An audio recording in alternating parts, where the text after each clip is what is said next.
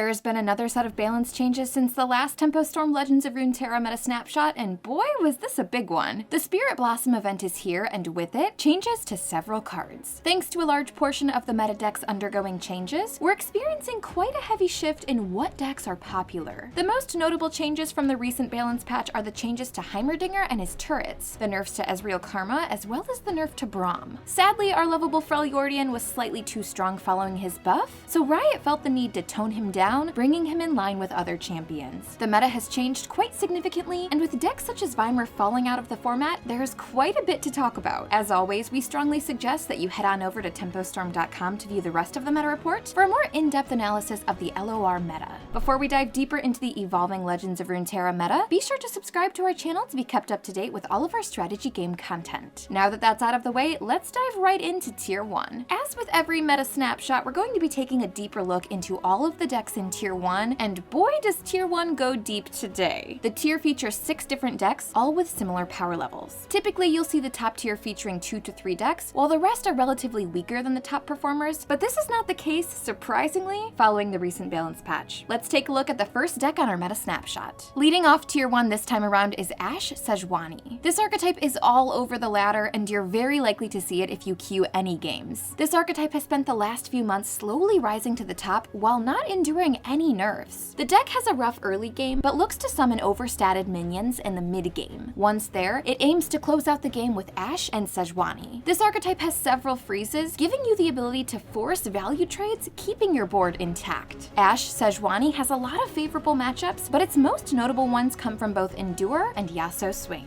Ashe Sejuani's deck lines up very well into both of these archetypes, and as such will have a great time queuing into them. As for bad matchups, Ashe Sejuani tends to struggle a bit against Noxus Ezreal, as they can often take advantage of your weak early game and have the ability to close out the game when needed. Next up in Tier 1 is Thresh Lux. This archetype makes use of both Thresh and Lux to grind out your opponent. This deck has several different stall tools and can usually take the game to the later stages of the game, where it can make use of both its champions as well as the Rekindler to close out the game. This archetype also has several expensive spells and can easily make use of Lux. Thresh Lux has a good matchup against most of the field, but really shines, pun intended, against some of the more board-centric decks such as Scouts. As for bad matchups, Sea Monsters feels nearly unwinnable for this archetype. The consistently large threats can easily swarm the Thresh Lux player, making the game feel nearly unplayable at times, leaving you to rely on an insanely lucky draw to win the game. The next deck finding its way into Tier 1 might shock some of you. Casino finds itself as the third deck within Tier 1 in this meta snapshot. This archetype requires a really talented pilot to excel and will likely fall short in the hands of a newer player. As such, the top Casino players have been finding an insane amount of success with the deck, but everyone else has seemingly been struggling with it. This has affected the deck's play rate, but rest assured, the archetype is the real deal. Casino's best matchup comes from Ezreal decks, such as Ezreal Karma or Ezreal TF, as they can't really handle the explosive aggression that Casino has. When it comes to bad matchups, Thresh Lux can prove to be problematic, as they can easily stall out your early aggression while stabilizing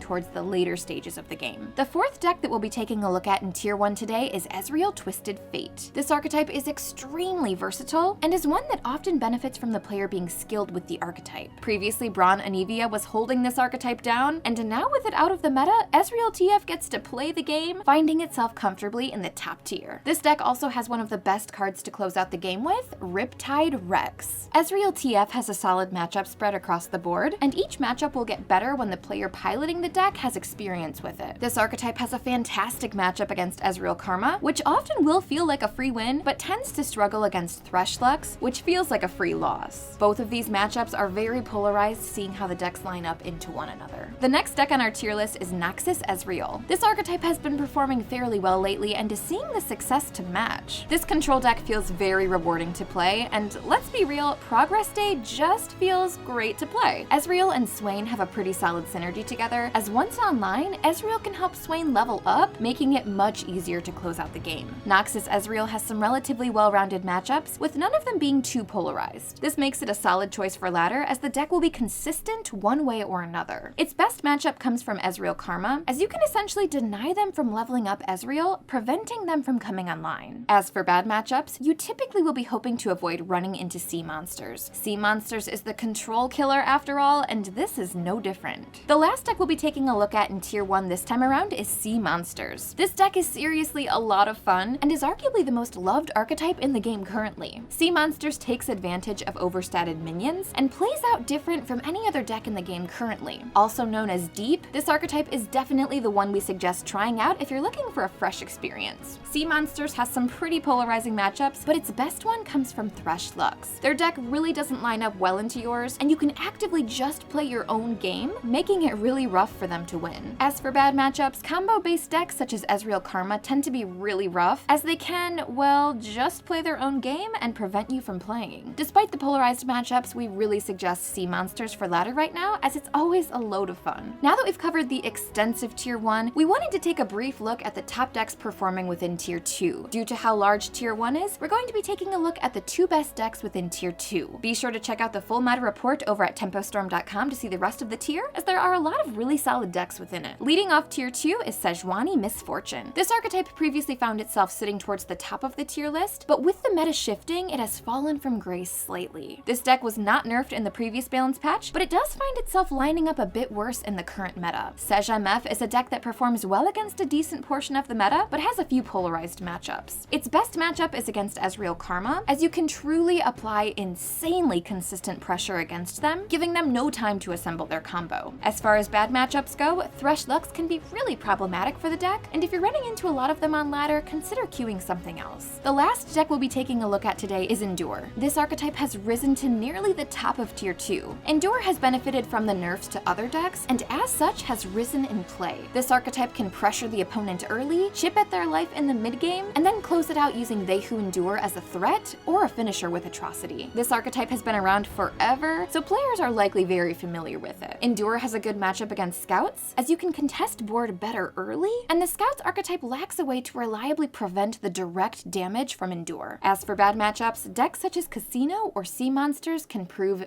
fatal. The Legends of Runeterra meta continues to face developments nearly daily, and shifts as a result of every balance patch that Riot puts out. The next patch will likely be the one to set the stage for the upcoming expansion, so we're really excited to see what both bring to the game. If you enjoyed this deep dive into the Legends of Runeterra metagame, be sure to check out the rest of the meta report over on our website, tempostorm.com. We'd also really appreciate it if you would take a moment to leave a like and to subscribe to our channel to be kept up to date with all of our upcoming strategy game content. Until next time.